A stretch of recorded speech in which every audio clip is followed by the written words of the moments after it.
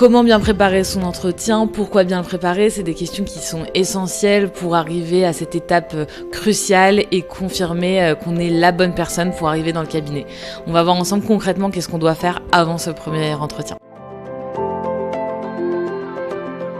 La première étape, évidemment, c'est déjà d'apprendre à se connaître soi-même. Quoi on est bon, dans quoi on est moins bon, dans quoi on doit évoluer.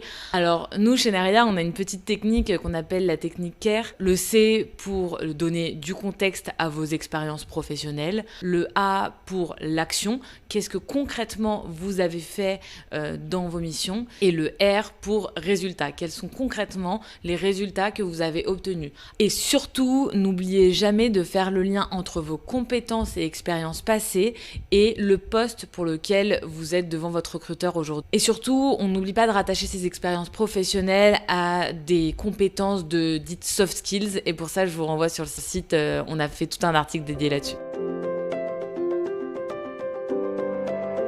La deuxième étape, c'est de se renseigner en profondeur sur le cabinet d'avocats, se renseigner sur son histoire. Comment il a été créé, dans quel contexte, est-ce que c'est un spin-off d'un ancien cabinet, est-ce que c'est une création d'un cabinet, avec combien d'associés, pourquoi, quel était l'objectif. C'est de se renseigner aussi en amont sur l'équipe, comment est structurée l'équipe, est-ce qu'il y a eu des nouvelles arrivées récemment, est-ce qu'il y a eu du départ, pourquoi les personnes sont parties, pourquoi le poste est ouvert, et donc finalement se renseigner également sur le poste, les missions et tout ce qui va avec, et ça vous permettra aussi de préparer vos questions. Pour se préparer sur justement le contexte du cabinet, n'oubliez pas d'aller sur leur site internet, mais aussi sur leurs réseaux sociaux. On parle souvent de LinkedIn, mais ça pourrait être aussi un réseau tel que Instagram. La troisième étape, c'est de s'entraîner. Ça peut paraître bête, mais entre avoir une idée dans sa tête et la développer à l'oral, c'est deux choses qui sont complètement différentes. Et pourtant, un entretien d'embauche, il est très régulièrement construit de la même manière. Donc il est possible de construire son discours avec une introduction, un corps de texte et une conclusion comme dans votre travail. Alors préparez-vous aux questions types et faites en sorte que vous ayez des cases à tirer dans votre tête pour parler encore une fois de votre expérience, de vos compétences et de ce que vous avez pu mettre en place dans vos expériences passées. Je vais vous donner 3 exemples typiques qui reviennent très régulièrement. C'est quelles sont vos faiblesses, pourquoi est-ce qu'on choisirait votre profil plutôt qu'un autre pour intégrer la structure, et question très basique mais très intéressante également, présentez-moi vos expériences.